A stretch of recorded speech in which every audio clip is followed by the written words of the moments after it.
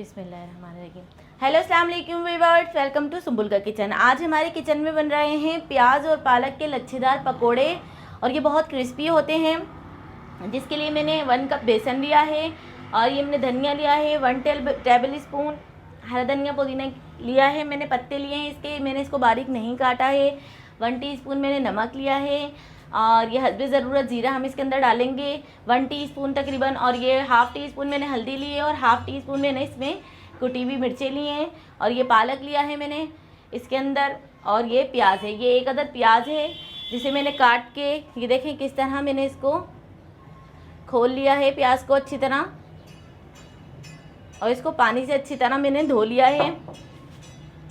अब इस प्याज के अंदर हम ऐड करेंगे हमारा पालक, हल्दी और कुटी हुई मिर्चें,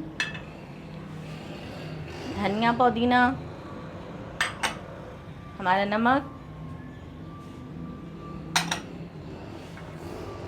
और ये धनिया ऐसे हथेलियों की मदद से हम इसके अंदर क्रश कर लेंगे। ज़ीरा भी हम इसी तरह हथेली पे रखेंगे और इसको ऐसे, ये देखें इसका किस तरह पाउडर बन गया है। जब हम इसे रोस्ट कर लेते हैं तो ये बहुत आसानी से ही रोस्ट हो जाता है। अब हम इस सबको, अपने मसालों को और प्याज को और पालक को अच्छी तरह कर लेंगे मिक्स। ये देखें ये अच्छी तरह मिक्स हो गया है।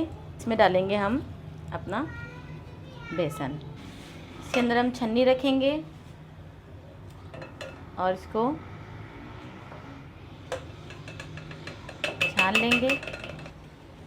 देखें हमने इसमें थोड़ा ही बेसन डाला था। अब हम इसको अच्छी तरह मिक्स कर लेंगे। अभी हमने इसमें बिल्कुल भी पानी ऐड नहीं किया है, थोड़ा सा भी मैंने इसके अंदर अभी पानी बिल्कुल भी नहीं डाला है। इसी प्याज के पानी से हम इसको अच्छी तरह कर लेंगे मिक्स। थोड़ा सा हम पानी लेंगे, बिल्कुल ज़रा सा हमने पानी लेना है। और ये जो हमारा बेसन बचा था ये भी हम पूरा डाल लेंगे। तकरीबन हमने इसके लिए 1 कप बेसन ले लिया है और इसको कर लेंगे हम अच्छी तरह मिक्स। तकरीबन 10 मिनट तक हम इसे रेस्ट करने देंगे और फिर हम इसको बनाएंगे। हमारा तेल जैसे गर्म हो जाएगा फिर हम इसको बनाएंगे। व्यूअर्स हमारा तेल गर्म हो गया है, अब हम इसमें अपने पकोड़े डाल देंगे।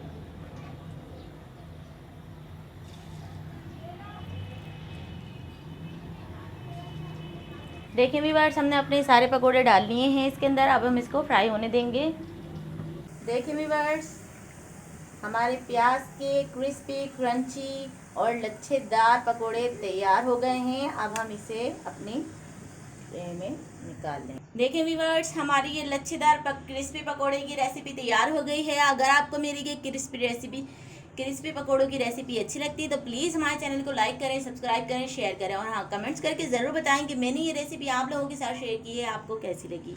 अल्लाह हाफिज़, दुआ में याद रखिएगा।